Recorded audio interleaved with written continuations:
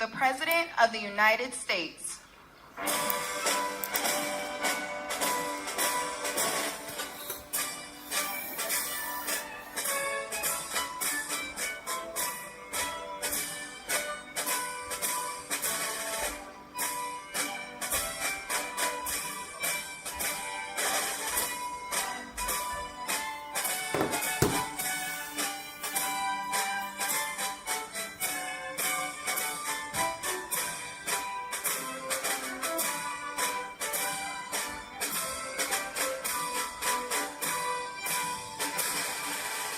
What a nice sound that is, isn't it? What a nice... Please sit down. Hi, Scott. So I always said that if I ever became president, I would play that all the time, no matter where I went in the building. But I've never really gotten to do it. I wanted it for breakfast, lunch, and dinner. It's so beautiful. And pardon me for being late. We had a great meeting with NATO, the Secretary General, and we're going to do something a little different for this country. We're going to supply weapons to NATO at a large amount. They're going to deliver the weapons, and they're going to pay for 100% of the weapons. So, a little different. A little different. Hi, John. So we're really, that's a big thing. And we thought we had 4 deals, Howard, right, with Putin.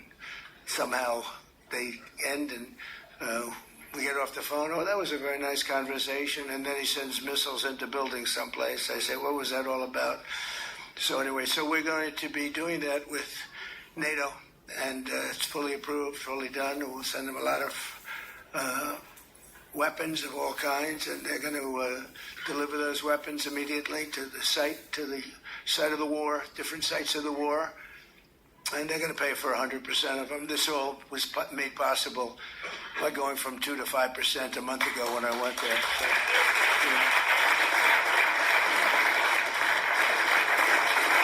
and those countries, those European countries, and I said, look, we have an ocean. It's not fair that we did, because under the Biden administration, we paid about 3.5 times more than they did. We were in for $350 billion.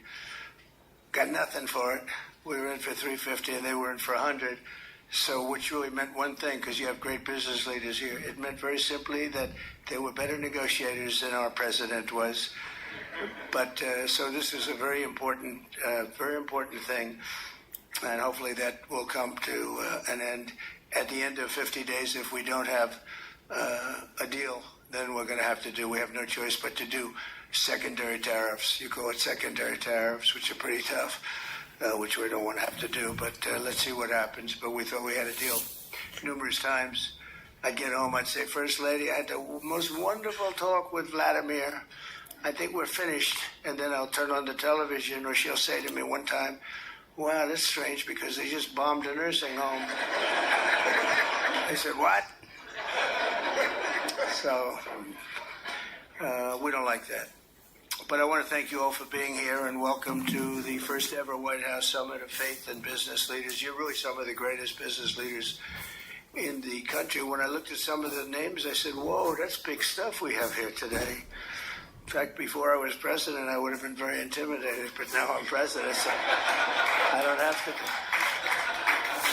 to. But today we celebrate the core values that built this country: freedom, hard work, risk-taking, and above all, trust in Almighty God. You're very much into God in this room, and it's very nice. You're business leaders who believe strongly. We have some business leaders that don't believe strongly, and somehow you and I don't like them as much. But I want to thank Pastor Paula White. She's been my friend for a long time. And John, for convening this incredible group. Her husband's one of the most talented musicians in the world. Stand up, John. Stand up. Okay. I stole a couple of his songs for the rallies, and he never sued me, so I was very happy. But we all come from the same place, right? So it was great, and we appreciate it, John. Thanks as well to Treasury Secretary Scott Bessent, who's doing a fantastic job. He goes on television and he calms the market. I go on television, I rile the market, and I say, we better send him in there, Howard, right? The market's become so calm. Nice. So you're doing a good job, Scott. Thank you very much. You make any deals today? We got a lot of them, boy, I tell you, we have. But the best deal is just sending out the paper. You know, they keep saying, well, he hasn't made the deal. Oh, we made a number of deals, but why isn't he doing deals? Because the paper is better than any deal we can make. Do you understand? The people in this, Kevin, they asked you that question this morning. You were great this morning, but they said, well, when is he going to start making deals? The next time we could say, just, every time he sends out a document that you have to pay 35%, 25%, or 50%, or in one case, 100%. Those deals, you can't beat those deals, but we're still willing to talk. And they all, literally every country wants to make a deal. We're in a good position. You would call it a position of strength. I don't talk that way because I'm a politician now, unfortunately.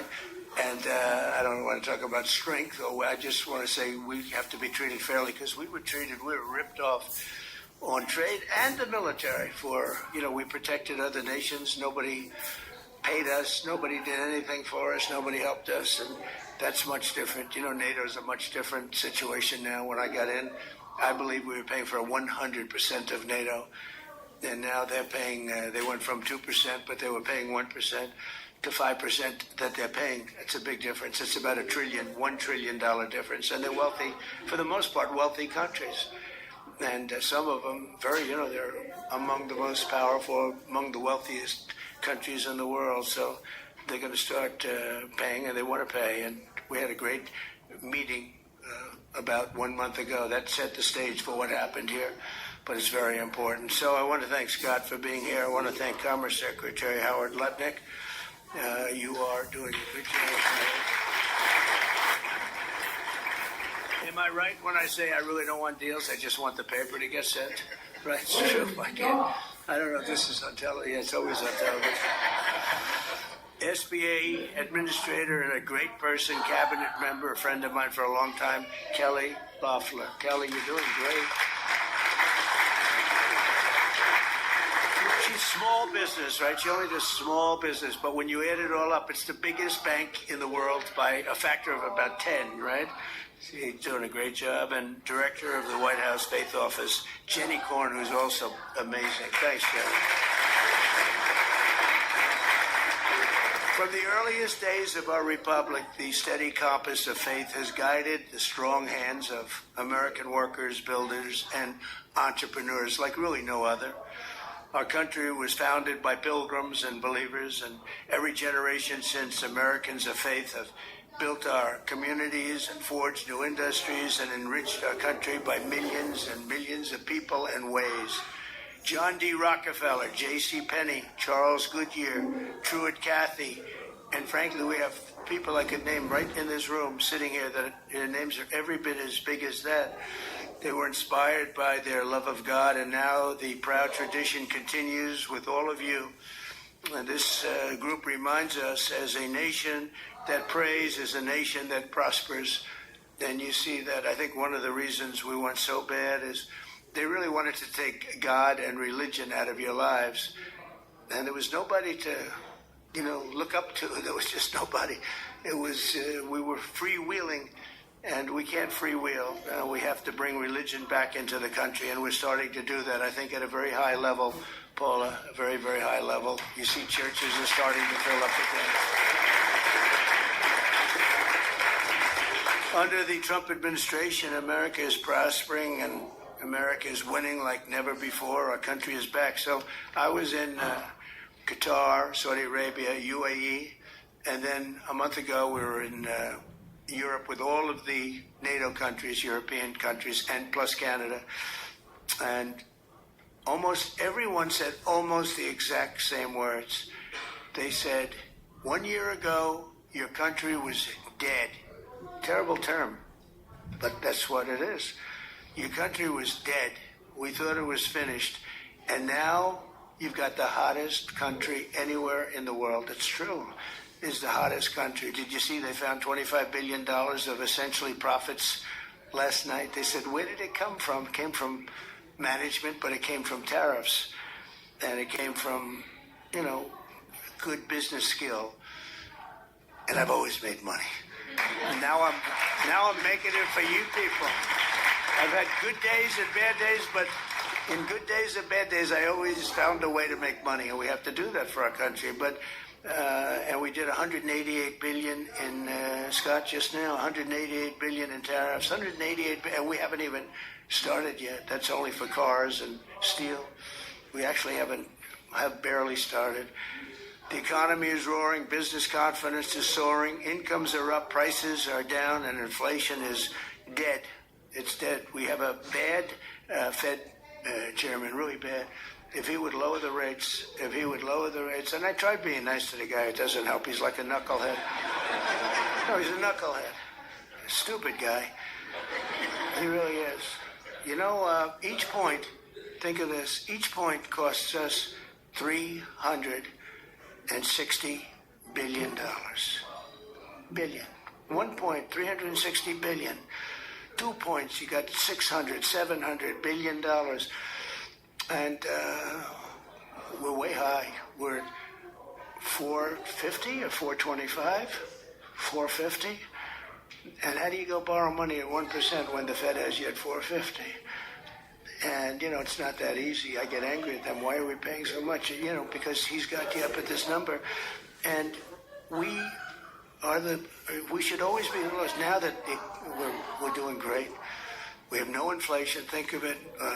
Our stock market hit record highs. Everything's hitting a record high. We're really running good with no inflation. And we should be at 1%. We should be less than 1%. I think Switzerland is the lowest at like 0.5%. We should be lower because without us, there's no world. I don't want to sound overly aggressive, but without us, you have no world. And we put our country on solid footing. We had a man as president who was the worst administration, worst president in the history of our country. We've had some bad ones, but he's the worst ever. What he did at our border can never be forgotten. 25 million people allowed to pour into our country, all unchecked, unvetted, murderers, gang leaders, gangsters, people that you don't want in our country under any means, terrorists. We have many terrorists in our country, and we're watching them close. Tom Homan, by the way, is doing a phenomenal job. Christine Noem is doing a phenomenal job. We had last week, it was reported, nobody, not one, even I don't know if I believe that number, but it's done, the numbers are done by liberals. So they said, did you know that? They said we had nobody, zero, cross our border. It's the first time that ever happened. Zero. Did you hear that? But we have people from mental institutions, insane asylums even. That's a mental institution on steroids, essentially. But we had people coming into our country. We can't have them. And we have to get them out. But we can never forgive this administration, this past. And I'm okay with administrations. I mean, I can go through a Democrat administration, say, hey, look, they worked hard, they tried hard. But the things that they did to this country, we can never, ever forget it. From the rigged elections to the border, to the transgender for everybody, from men playing in women's sport. You ever take a look at some of these records? There was a long-distance race, a marathon, where they had a great female runner, a number of them, but they had one in particular, and they had just an average male runner who had transitioned. He won the race at the end of the day by 5 hours and 14 minutes. They waited for 5 hours. The weightlifting records are better, though. The weightlifting records are better, you know, the way they took a record that hasn't been broken for 18 years. 18 years. And, you know, they'd add a quarter of an ounce on each side of the barbell. And they'd just a little tiny piece of stuff. She'd go up and she couldn't get it up. And this guy comes along. Have you lifted before? Yes, at a low level. He was a low-level lifter as a man, but transitioned. And he goes up to that thing. Bing, bing, bing, bing, bing. Could have done it all day long. Broke the record by 119 pounds. The whole thing is crazy. The swimming records are pretty good, too. You had to see that. I told the story. You had this great group of young ladies, and they grew up with each other because, they sort of swam at the top level. And they were swimming, and the one girl was seriously injured.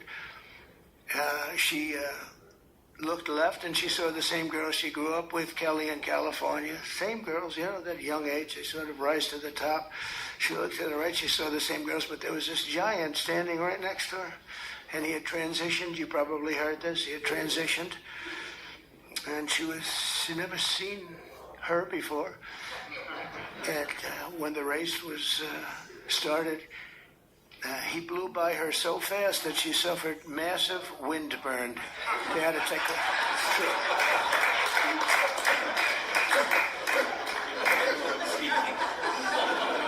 And he got out of the race, and he went had a little lunch, and then he came back and watched the rest of the young ladies finish up. The whole thing is crazy, and it's so demeaning to women. It's so demeaning to women. But it is what it is. But what they did to this country, and we ended all of that, as you probably know. We ended the woke. The woke stuff is no longer in favor. But we're doing fantastically. Wages for blue-collar workers have surged by the most in over 60 years. Gas prices have reached the lowest level in 5 decades. Actually, it's going to be, I see some really good numbers where, drill, baby, drill. Drill, baby, drill. I got to make sure that people can afford to produce the gas. But the gas has gone to the lowest level in decades. And you're seeing $1.99, $1.98, 8 cents. And I saw $1.95. He's doing. He may be a candidate, but if you go by success, you can't have him be a candidate. And on Friday, it was announced that the United States Treasury ran a budget surplus. Is that true, Scott? In June, for the first time in many, many decades. I didn't know that. That's a good one, too. We're going to have to put that in the one big, beautiful bill into law. Right? And just as I promised, we did something that was amazing. Everybody was against it. I wanted it.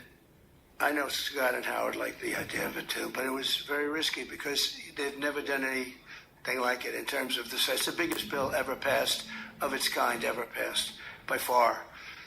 And they were going to cut it into 2, 3, or even as many as 7 bills. And I said, the problem is that in the one big bill, everybody gets something.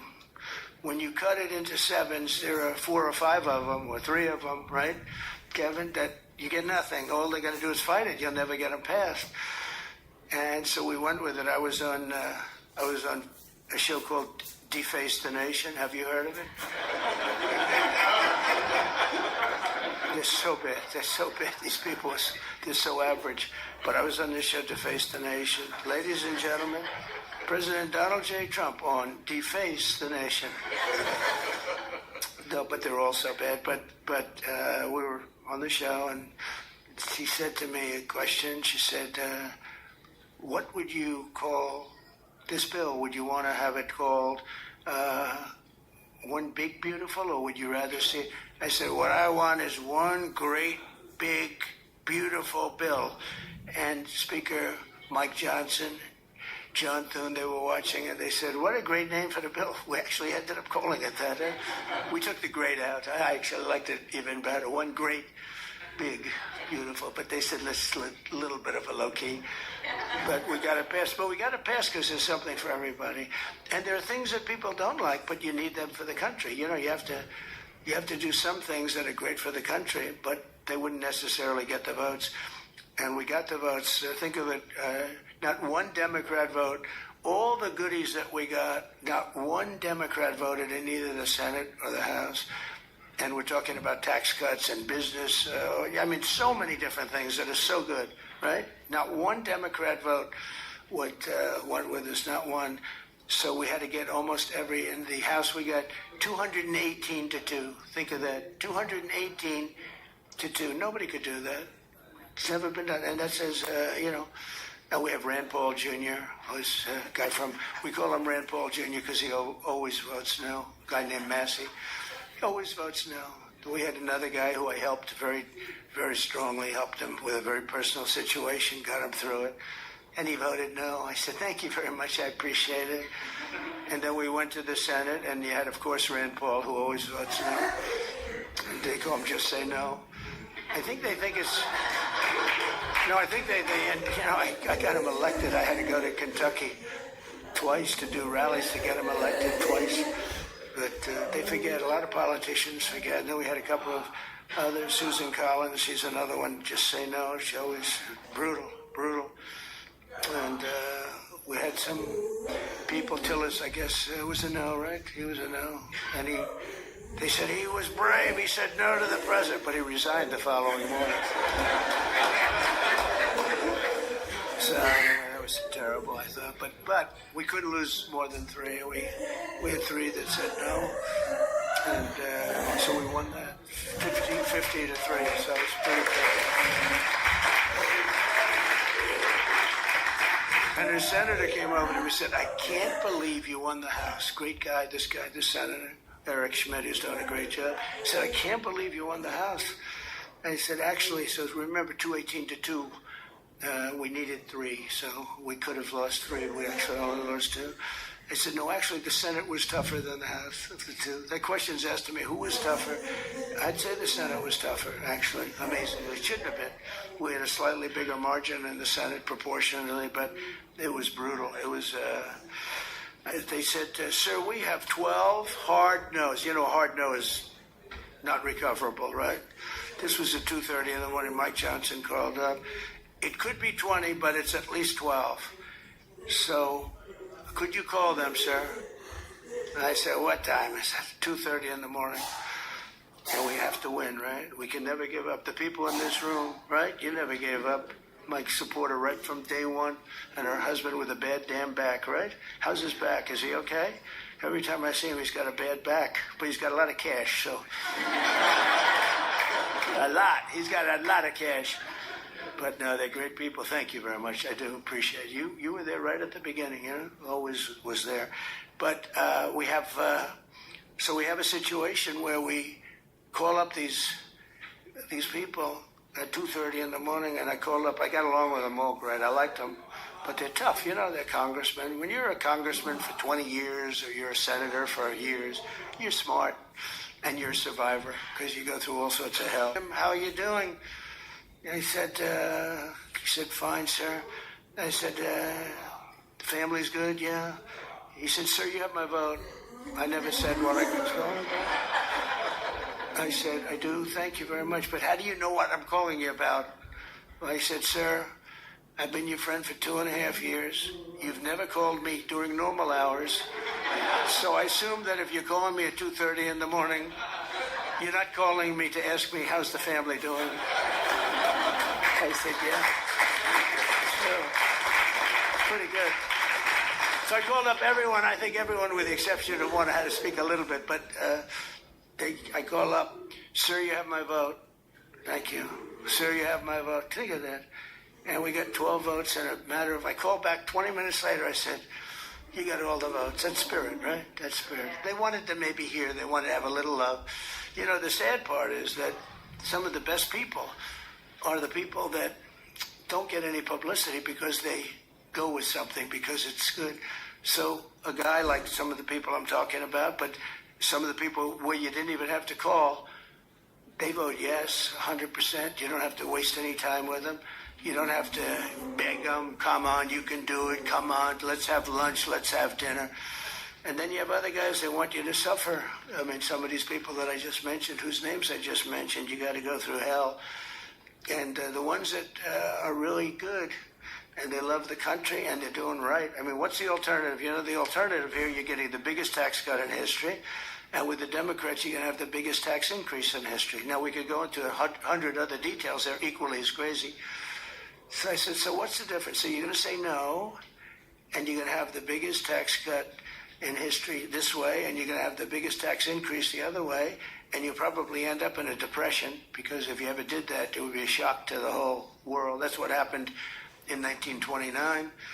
I said, so you're going to vote for the other side? well, sir, I'll do what's really appropriate. They're losers. But you have that. Really, they're grandstanders. You have grandstanders, and you have them in every business. And the Democrat has far fewer. They're grandstanders. But, the one thing about them, they have bad policy. They're evil people in many ways, but they stick together. You don't have it where you don't have, I don't want to use too many names, but you don't have a Mitt Romney in the midst who makes you suffer. You don't have some of the people that I mentioned who make it so hard. They make it so hard. And the alternative is one of two things. You can either get all these things and make the economy strong, or you're going to literally have perhaps a depression where you people so rich, so beautiful, so nice to look at will be totally busted. And let's see how long your wife stays with you. You're beautiful. She'll stay with you for about 3 weeks and she'll say, darling, I can't take it anymore. I can't take it anymore, darling. I'm leaving you. I said to one guy, he's a very, very unattractive man, but he's smart and he's rich. And I said, you better hope we get this thing passed because your wife will be gone within about 2 minutes. He said, you're right. But so we had a tremendous success, and it gives you the biggest tax cut in American history, the largest spending cut in American history, and the largest border security investment of all time. And again, we're doing great on the border. I almost say, why do we need it? We have such good numbers, but you need it. Ultimately, you're going to need it. I built hundreds of miles of border wall. Without that, you could have never had the results that we had. But to lift up the American family, we increased the child tax credit and made school permanent. We made it all permanent, the school choice. And we expanded school choice. And for every newborn child, we created what's called the Trump accounts. And this was Michael Dell. I don't know if Michael Dell's here. But Michael Dell, well, you tell him I mentioned his name because it's true. He would call me for 3-4 years. I didn't know Michael. I just know he's a great success story and a great guy. That's all he talked about was the account where you put $1,000 in, as a baby is born, $1,000 into an account, and you let it be invested by, I guess you pick out some good money, determinant or fund or index. And I guess at a certain age, like when they're 30, goes earlier than that, but when they're 30, they're supposed to have like $75,000. That would have a huge impact on their lives. And it could even be more than that. So that passed. And, it's funny. That was one of the easiest things we had to get passed. Can you believe it? I thought so many people loved it. They actually call it the Trump accounts. And I didn't fight for that name, right? I didn't fight for that. I said, that's a very great honor. But Michael Dell was amazing. That's what he said he's going to invest billions of dollars doing it for children. He's going to put a lot of his money into it. But even more importantly than the economic success was restoring the spirit of our country. America is once again an optimistic nation. We were so down. It was depressing. We were so down. That's why I ran again. I got cheated. They rigged the election. But I said, if I didn't think I won, I would have never run. Because it's like a poll, right? You lose, you lose. It's worse than a poll. But I saw the lack of spirit in this country. For 4 years, it was a dark, horrible place. And for people of religion who were arresting your pastors, they were arresting if you went to church and you had a service outside. And the reason outside, because you had the COVID, and you could go outside. They'd arrest everybody for even having the service. I'll tell you, religion took a big hit because of the way they treated all of us. And we now have a confident nation, an optimistic nation. And we have one nation under God, and we'll always keep that term.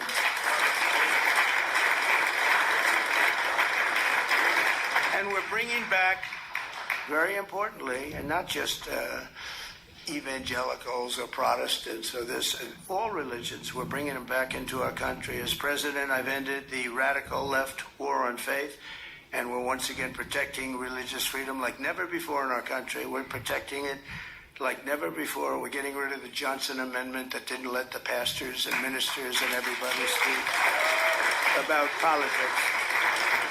Now you're able to speak about politics, Paula. You can say, I don't like that guy, and they don't take away your tax-exempt status. They take away tax-exempt. And I'll tell you, Remember when that started? It was at the meeting room before I ran, 2015, a year before the election, and I was with 50 faith leaders. They were great, very well-known people, mostly Protestant, but you had rabbis, you had an imam, 2 imams, and we were talking, and I said, I'd love to have your endorsement. And they looked at me like, what? I'd love to have your endorsement. We have such respect for you, and you control it, really very powerful. And they looked at me, they didn't say anything. Do you remember that? And I said, what's wrong with these people? I didn't know about the Johnson Amendment. Don't forget, I never did this stuff before. It wasn't like I ran. I was on the other side. I was on the same side as you. You write contributions to people that you like. But I never ran, so I didn't know about the Johnson Amendment. And I called Paula and Jenny. 天哪，不就是我觉得他就纯粹是一个群 When I said I'd 群力。support, your political support and endorsement, they looked at me very weird. What's going on? Well, sir, there's a thing called the Johnson Amendment, and if they even speak about anything having to do with politics, they will immediately take away their tax-exempt status. And if they lose the tax-exempt status in your world, that means you might as well close up your church. I said, you got to be kidding. So I can't really. And I told them, we had another meeting a couple of months later. And I said, you people in theory are the most powerful people. You're more powerful than man or woman because we have more than 50. Let's assume men and women are 50-50, but you have 80%. Between all the different religions. I said, you have more power than anybody. And we launched something that's people, if they like somebody, they're able to talk about that somebody for office, right, Jenny? We're able to talk about a certain politician that has your values and likes your religion. It's okay. And we got that was Lyndon Johnson, a very powerful guy. And he had a problem with a pastor, I think, in Houston. And the pastor was not a fan of his. And he put the clamps on the guy. He really did. Amazing, actually. And we opened it up. I looked at him, and we're up 68 stories in the air at Trump Tower. And in this beautiful conference room, I look down, I see people walking up and down the street. I said, that means that person walking up and down the street, any one of them have more power than you do because you're not allowed to even talk about it. You're even afraid to talk about it. But they're not afraid any longer, and I think they appreciate it. As president, I've ended the radical left war on faith, and we're once again protecting religious freedom instead of destroying it. And God is once again welcomed back into. And I stopped the Biden administration's persecutions of Christians and pro-life activists. They would put people in jail if they even uttered the word. And well, look at me. I mean, look what happened to me. I was under investigation more than the late great Alphonse Capone. Think of it. Al Capone would kill people for dinner. If he left the room and he didn't like them, he'd have them shot, killed, buried under a building someplace as part of the foundation of a building. They're all over the place. And I said I had more time under investigation than the legendary Alphonse Capone or probably anybody else. But I had a lot of good people with me, and most importantly, I had the base with me at a level that it actually became stronger. The one thing I did that was very helpful, I was indicted 5 times. Think of that. Indicted. That wasn't a word that was in my father's looking down, my mother's looking down. That my son's not supposed to be indicted, I think. I got indicted 5 times, impeached 2 times. All bullshit, right? All terrible stuff. And I got impeached for making a perfect phone call. Good luck. Congratulations. I had a guy come up to me, Secretary of Energy from before. Sir, could you call up, of all people, President Zelensky? And I called him. I actually held off. He must have come 10 times. Please, sir. It's because they wanted to do business or something, oil and gas. Who the hell knows what they wanted? You can imagine what they wanted. But they wanted, would you call up President Zelensky? And I did. When I finally got him, I said, congratulations on your win. He had just won. This is early in the process. Should have never been. That war should have never taken place, by the way. If the election weren't rigged, that war would never be happening right now. Millions of people being killed. That war would never be happening. But Would you call up? So I say, hello, President. How are we doing? Everything good? Good. Congratulations on your big victory. Wonderful job. Great, great, great. Hang up. That's it. I get indicted for making a phone call. I told that secretary, who wasn't the smartest bulb, he wasn't Rick Perry. You don't want him on your debate team. Let me put it that way. Rick, you're not going to be on my debate team, Rick.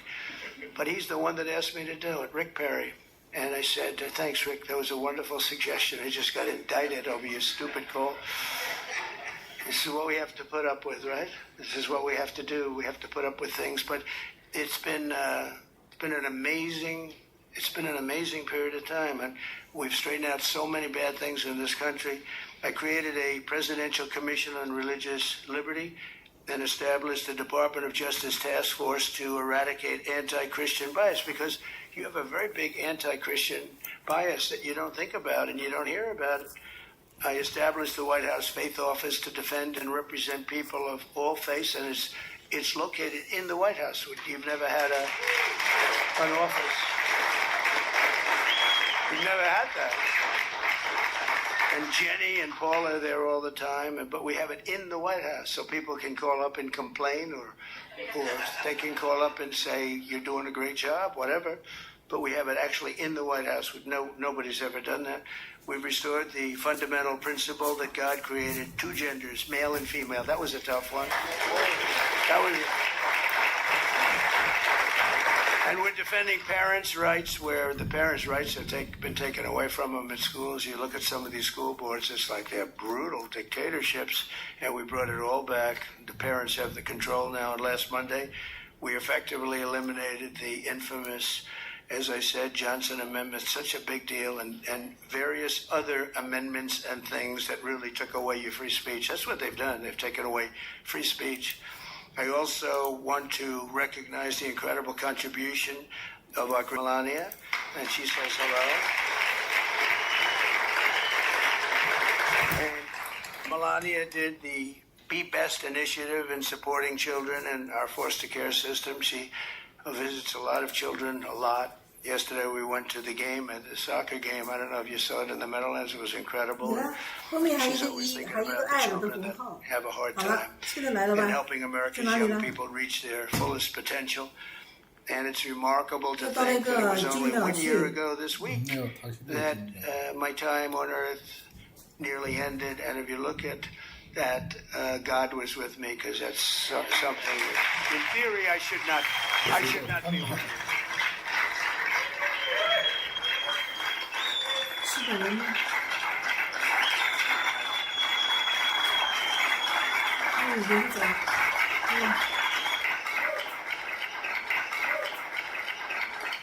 Well, I believe that, and I believe it, that my life was saved by God to really make America great again. I really believe that. I think I have a son. He's a great shooter, like a championship shooter.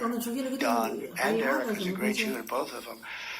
But they said that at that distance with that gun, you didn't have a chance.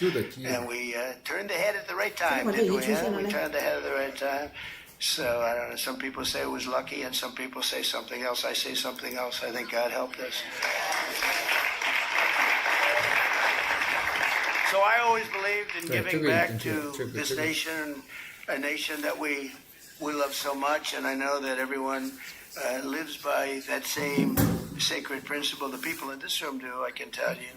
I hate when I see complainers, people that complain and they don't do anything about it. Like, in many cases, the media, not all of the media, I must have something because we won in a landslide. Think of it, we won every swing state. We won by millions of votes. We won the popular vote. We won there's a district vote that's very interesting. It's where the whole map looks red for Republican, by the way. But the whole map came out, I think it was 2,750 to 505. Think of that. That's broken into little districts, little areas. We had an unbelievable election, and so I don't know, somebody said, how do you win without the press? But we have a hidden press, and the real hidden press and the hidden vote is the people and the word of mouth. Word of mouth is more important than the press. and they see what we do and they see how we do it. I want to thank all of you and your great communities, and just it's a blessing to our country that you're here, and a blessing to our country that you become so successful and so great, and people look up to you. Have no 王感就是 idea. 说 You 先 don't 到 know. 周围玩， Take things 明 for 天我们 granted. 再跟 You 他 don't 讨 know. 论 The 嘛， people 他 in 就 this 觉得 room are 意大利 amazing. 是 I 最好 even 的， looking at that 湖南 list, 也是 I 可以。 really said that's something great. And you're all believers. I think, Paula, you wouldn't have 我觉得波 invited 兰和 people 意大 that 利， not a lot of. Is there an atheist in the room? Any atheists? I don't think so. 我讲老实话， I wouldn't want to 不 raise 讲 my 这种话 hand if I 真的 were. 是， You'd be in big 就 trouble. 是人民是自 Now 我 you 吹 invited 捧， all people that are outstanding in faith and 一点 success. 争议都没有，我觉得很 It's a very noble group. 啊 It's 对 because 我 of 就 the 讲 patriotism and goodwill of citizens like you that America remains strong and faithful and free. And together we're going to continue the fight for Judeo-Christian values of our founding fathers. We'll grow our economy. We'll defend our sovereignty. We'll protect our children. When you look at the job we did, I was just thinking because President Putin said it to me and other leaders said it to me. When they looked at those B-2s go in and think of it, they flew for 37 hours straight. We had 52 tankers, the gasoline tankers, and they rode along with them at different aspects, and they refueled. And not a screw was broken, not a mark was on those planes. Every engine was perfect. When they landed, they were just as good as when they took off. Think of that, 37 hours and about 40 minutes through a very rough territory. And those machines worked incredibly well and literally not a problem. And when I honored the flyers, we did it last week, I also honored the mechanics, the people that took care of those machines. And I said it's equally important. And you compare that same country, you compare that with what happened with Jimmy Carter. It was a sad situation. The helicopters were coming down and they were crashing and the men were all over the place trying to get the hell out of there. It turned out to be a hostage situation and horrible thing. Probably it was one of the things that cost them the election, certainly. But when you think of that and you see this was in terms of perfection, they think it was a perfect military. We sent the planes to Guam. Everybody thought we were flying to Guam. And they said, oh, they're going to Guam. Well, Guam's out of the way. But at the same time, we had some others going a different direction. And I watched horrible CNN. You have to watch sometimes your opposition, and they are opposition. And I saw that they had basically the plans of when we're going in, when we would be entering Iranian oil airspace. And I said, that's weird. And I called the general, Raisin Kane. He's fantastic. I said, General, and Pete Hegseth, I said, I'm watching newscasts where they're saying what time you're taking off tomorrow and what time we're going to be entering the very dangerous airspace, the worst air space anywhere there is, anywhere that in the world. I said, what do you think? Sir, we'll be fine. We blow them away, we'll be fine. Because they went those B-2s with 7, and they were surrounded by a lot of great planes. F-22s, the most beautiful plane ever built. The fighter jet, F-35s. They had a lot of different planes going with them. I said, but wouldn't a surprise be better? Yeah, it would be better. I said, well, then let me cancel it. And let's make it at a different time. So the day before, I canceled it. And I said, I'm canceling it. We'll do it sometime within the next 2, maybe 3 weeks. I'm canceling it. And then I had a meeting and I said, I have an idea, because I got slightly big coverage, to put it mildly. So everyone knew it was being canceled. I said, let's leave at the exact same time we were supposed to leave, the following day. And we took off, and that's when the planes went out to Guam and this and that, and we took off.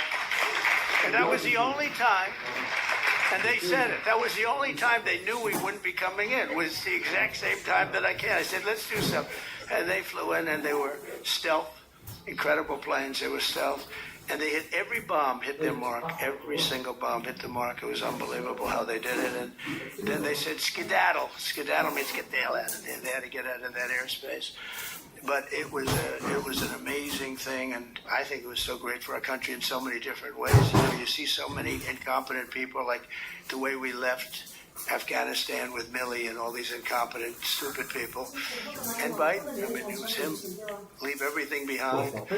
We'll leave jets behind. I said to Milley, I said, so you mean to tell me, because I was going to leave. We would have left earlier than them, but we were going to leave with dignity and strength. I said to Milley, you mean you want to leave a jet fighter behind? Sure, it's cheaper if we do that. I said, wait a minute, give me a tank of gas and I'll fly it to Pakistan, or I'll fly it to someplace, or I'll fly it back home. Why is it cheaper? Oh, it's just cheaper. That's when I realized the guy was grossly incompetent, okay? He's telling me it's cheaper to leave a plane than it is that the planes cost $150 million apiece. Let's leave it, sir. It's just great. And they did. They left all, I was taking everything, but they left it behind. But when you look at what happened and compare that to what we have now, we have a real great machine. I rebuilt the military in my first term, and we left. 这个要是睡觉之前放在床边用的，你知道吗？就是什么 Some of 这 it 个。 to Afghanistan, 我里面也是。 Taliban. And they have their parades. I hate those parades. Every year they have a parade wheeling down our equipment on some very unattractive street. That's, their Fifth Avenue. They show our equipment going down. Just, it's getting older and 你 older. 不是要解放的话呢？ But we're going to be working together to protect our children. And with the grace of God and the blessing of providence, we will lead us into heights that it's never seen before. I think we're going to be more successful in many ways, but I think we're going to be more successful than we've ever 他这个楼上好像有一个面条店是吧？ lost this election. Our country was finished. It was 是中国产的吗？ incompetent people. We were run by an auto pen and nobody knows who used 他们这里有一个摊贩的，我记得是以前去过的， it. Run by an auto pen. 很多摊， Nobody has any idea who 有 used it. 面条啊什么。 It is a no. We saw that interview yesterday, and you knew nothing. So it's a very terrible against an evil group of people, and they're very smart, very smart.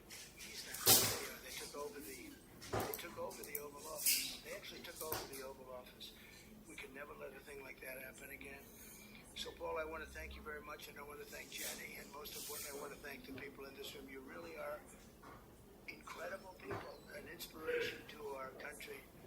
And I know you don't know that. You don't think it because you're too busy working. But you are. You're a great inspiration to young people that want to be just like you when they grow up. And thank you very much for being here. And it's a great honor. And Paul, I think you're going to say a prayer. I'll stay with you while you say your prayer, okay? Thank you very much, everybody. Thank you. Thank you.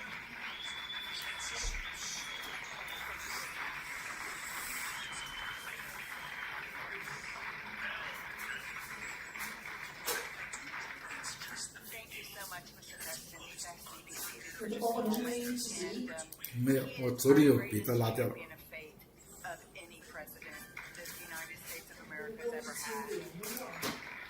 We are deeply grateful for that.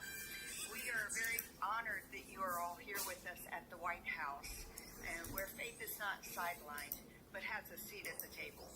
And as we gather today as leaders of industry, of vision, of faith, I believe that today is going to be very enlightened, and I'm so overwhelmed. We're getting ready to worship and pray, and to just think that prayer, worship, and doing good works is welcome back into the White House.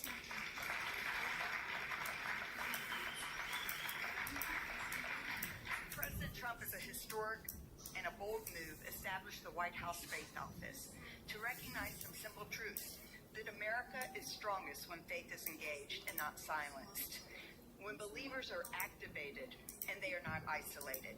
This administration understands that people who are of faith, who are entrusted with wealth and influence as you are essential to building a stronger, freer, and a more compassionate nation.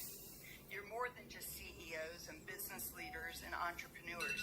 You're stewards on divine assignment, builders of legacy, and vessels of impact.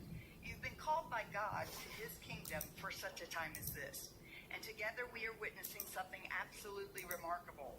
More has been accomplished by this administration in the past 5 months than in the last several decades.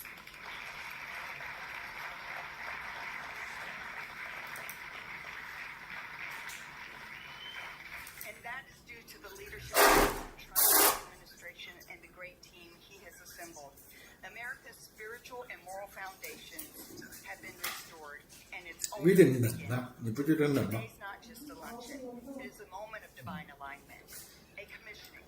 And we believe that God is raising up business leaders who don't separate faith from enterprise, but who see their platforms and their pulpits as their businesses and instruments used for season. We see the stirring of your hands, reviving hearts, reforming systems, raising up leaders at this very hour. We thank you for our great president, President Trump, for his life, his courage, his clarity, and an unwavering defense of faith and freedom.